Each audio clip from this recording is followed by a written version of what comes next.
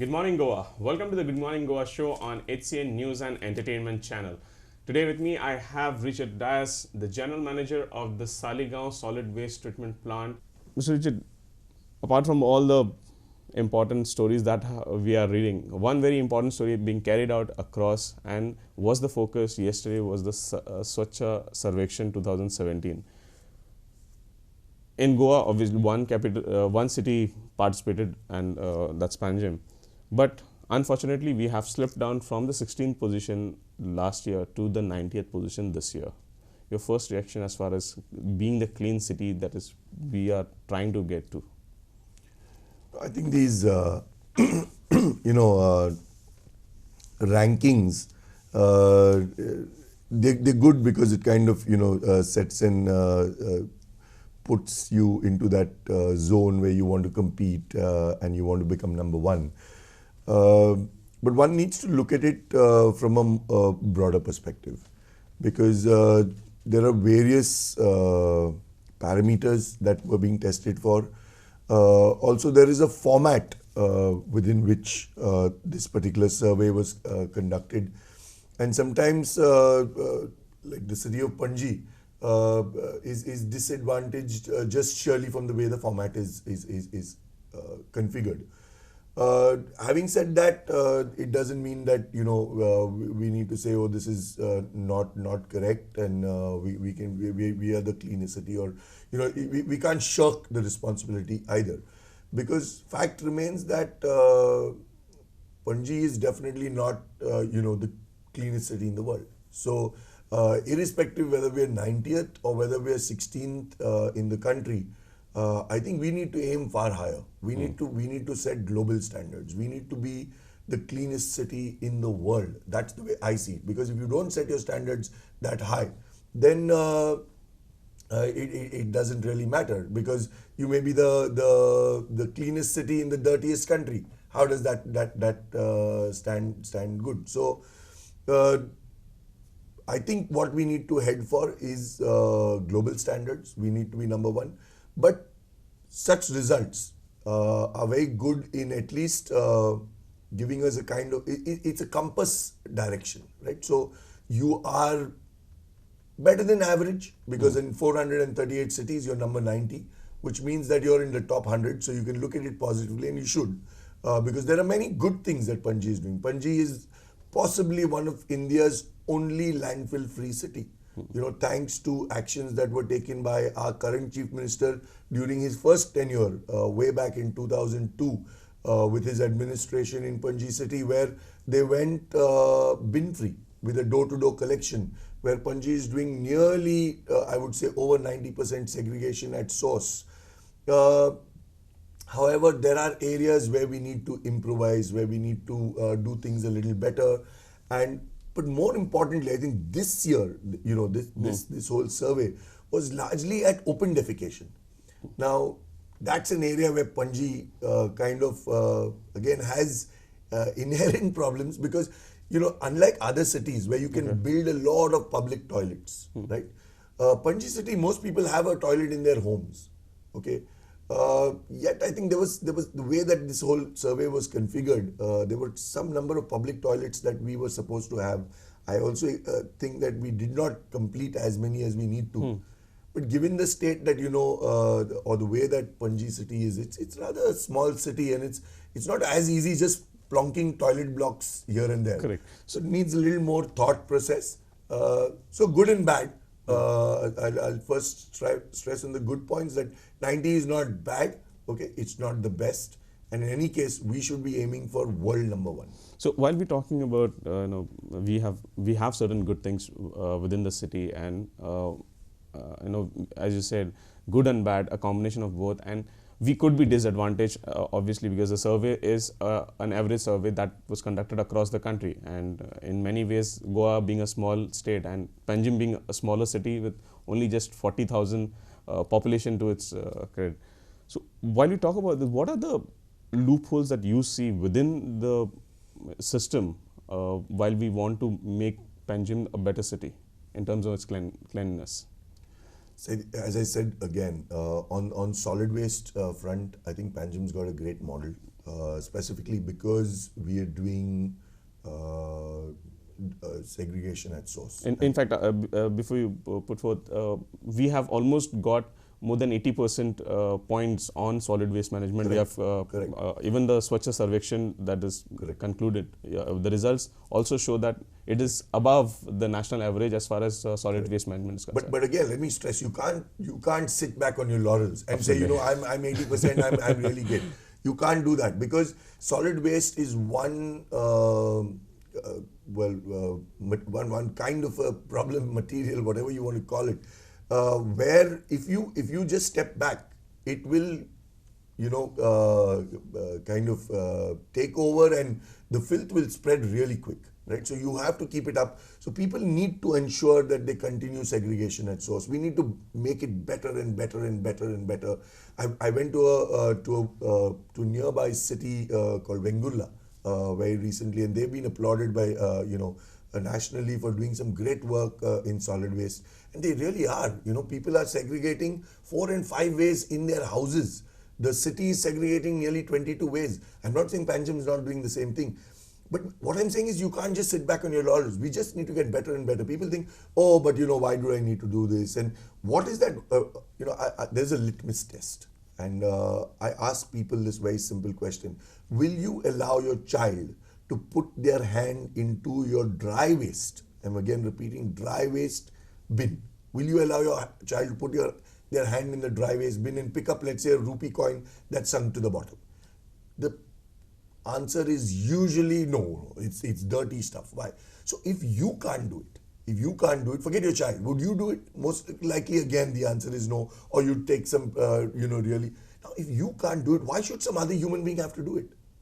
Right? So we need to go to that point where I should be able to put my hand into my dry waste bin without an issue, because I've cleaned everything that I put into that bin.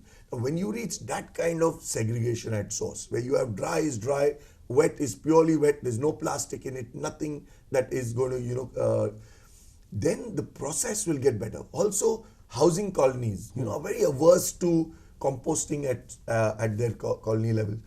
There's this whole thought process, the place will stink and, there will be disease. It's not true. I mean, look at our forests, right? There is a natural composting happening. You don't go to a forest and say, oh, it's stinking. There is so much of fruit, there are animals that die, decay. It doesn't stink. It's a process. It's a natural process. It can be done. I think more and more housing colonies need to take composting at their source. It will help our city in many ways, from a solid waste management perspective, to get cleaner. So, as I said, when we are talking about the positives, and many positives with Panjim city actually, Yes. especially with regard to solid waste management, because we do not have we are the landfill-free city. Yes, absolutely. Secondly, also we do not have a plant within the city to for garbage disposal, and we are doing it on basis on, as you said, segregating it. But while we talk about that, some of the pointers, especially still we see garbage strewn on our streets at some of the corners of the city. Correct. And then many a times, as we see the Santadins Creek, which is again filled with a lot of garbage and filth. How do we tackle these issues? See, black spots are something that will not disappear overnight, right? It'll take time, it'll take constant. As I said, we can't sit back on any thing and say, oh, we got 80% in terms of our solid waste, so we're really great in terms of, it's not like that. We need to keep going at it. We need to identify where these black spots come, where you're saying garbage is strewn. We need to identify these black spots. We need to figure out how to then mitigate those black spots. Some of the areas where we've seen the cause of these black spots are, people that come into the city from the surrounding areas. I'm not blaming them, but this is what is most noticeable. So if you see the in point between Santa Cruz and Panji, the little Manos that is there, just ahead of it in the fields or you'll see a lot of garbage that's strewn. It's indicative, that possibly people that are traveling on that route are because they don't have a good collection system in their village, people need to get rid of their waste. One needs to understand this, that you can't say that, people need to manage their waste. They need to get rid of the waste. You need to give them a proper system. So yes, we also need panchayats, and we need the corporations, and we need the municipalities to put these systems into place so people have an option to get rid of the waste. You can't say, I'll collect your waste once a week. You have to collect wet waste on a daily basis. Dry waste, yes, if people do segregate, then you can collect that once a week. There's no problem. Internationally, it's done. So one of the things is, now we need to push this, to other villages other than Panji.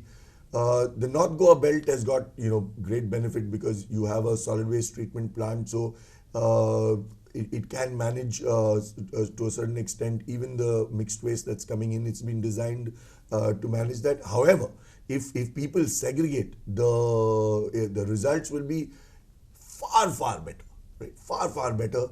Also, and I keep coming back to the point of human dignity. There are people that are working on that line, it's a mechanical separation process, and sometimes people are so heartless. They put carcasses of dead animals, they put live animals, forget dead animals. We've had an instance at the solid waste treatment plant where one of our workers found a plastic bag with 2 kittens mewing inside it. And they were just fortunate that, he heard the mewing, he opened the bag, we then took them to our guest house where they still continue to live. But the point being that, we're being heartless. So if you segregate, it's far nicer. Also, as I said, mutilated carcasses coming onto the dry line where somebody is trying to segregate, the recyclables is not really the way that you want to treat another human being. So we need to segregate because of human dignity, because we respect the other human being. That's most important. Also, your recovery is better. It's national saving, because the more plastic that you can recycle, the less oil you need to, create new plastic. So there are lots of reasons, and very, very good reasons why we should segregate. However, coming back to the point that the Saligao waste treatment plant is a lifeline, for the people of North Goa, because even though we're still struggling with getting people to, be more humane and segregate at source, the plant is still treating over 100 tons of waste every day. Imagine we would have had 30,000 tons or more of waste that would be lying in some dump had the plant not been there. So full credit again to, I think in many ways we're very fortunate to have someone like Manohar Parrikar at the helm of affairs over here. Because at least with regard to these kind of issues, he's very, very focused. He knows what he wants. And I think he's very clear that he is going to clean up Goa in the next couple of years. His plans are already in place. He's now just trying to get the right, paperwork to be done. I think the launching of the new corporation, which specifically looks at solid waste, is another, action in that direction. So, yes, in more ways than one, we've got a great dispensation. But again, you can't just look at the government and say, what is the government doing? I think we need to take responsibility. It has to start with, what am I doing to make this city cleaner? So when you say we need to take responsibility, a very important component of the we comes from the village panchayats, as you pointed out. And have we empowered our panchayats enough, to be able to, because panchayats are a small cluster, ward-wise. Yes, so yes. It is easier to, promote this idea of segregation, to promote the idea of as you spoke, from the point of view of humanity. Yes. So these things, have we empowered enough, or have we taken the steps ahead in this direction? So, yes, of course. I mean, there are great schemes under rural development. There are great schemes under the panchayat, the department, and they're empowered enough. If when you look at good practices, like I said, I went to a village called Vengurla. Of course, they are now a municipal corporation. But if you look at it, they're a lot more village than some of our villages are. I think in Goa we are more urban. I mean, Kalangut, for example, if you take, is not a village anymore. It's more a city, right? So our villages are far more urban than the average Indian village. So a place like Vengurla, which of course is considered a city, as I said again, is doing such great work. And it's not like they have, huge industries that are pumping money into them and they've got tons of money. No, they're doing work by, educating their people. People are segregating at source. They're collecting that waste separated. They're running a very cost-effective operation. And I think our villages can do really a brilliant job, So I think now the first thing that the corporation is going to take on is, I think, 5 villages in North Goa, which is going to be, looked at, and they're going to take segregation very seriously. But again, it's the people. I'm not even looking at the village panchayat. When I'm saying we need to take responsibility, I'm not saying we for village, I'm saying we for me.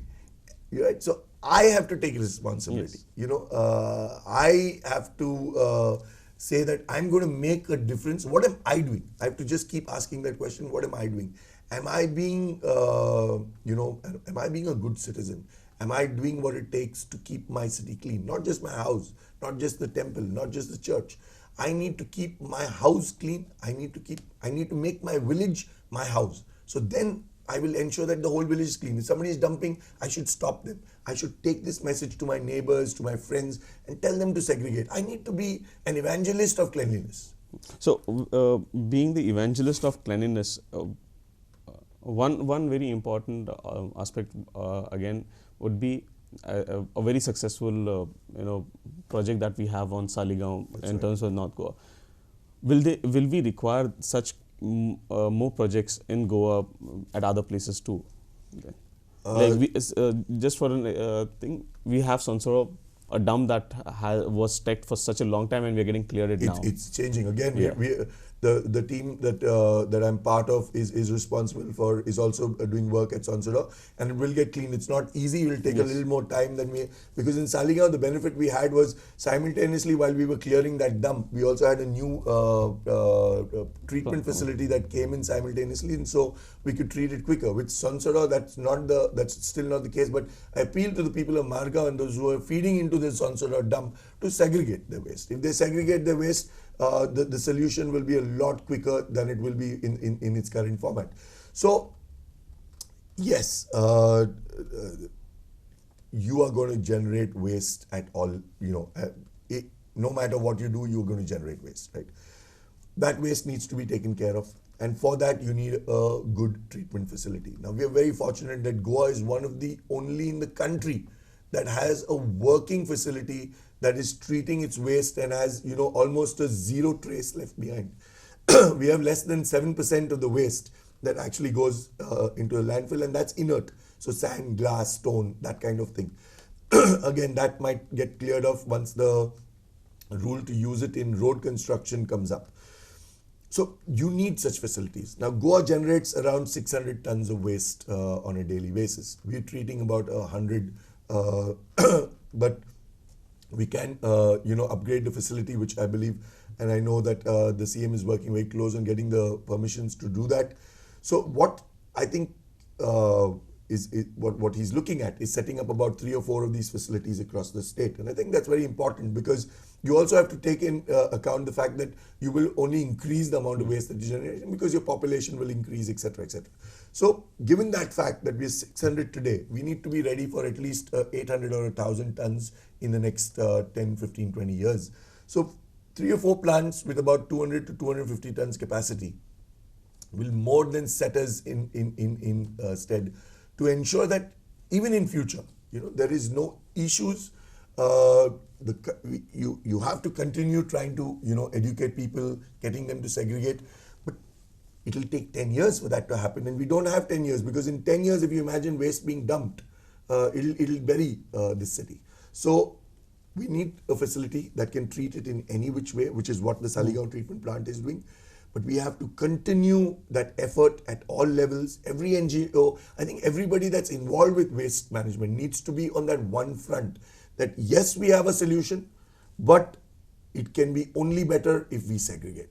And segregation at source needs to be pushed from all fronts, because that will give us a really fantastic state. And irrespective whether we stand 90, 50 or 1, I think we will see the difference.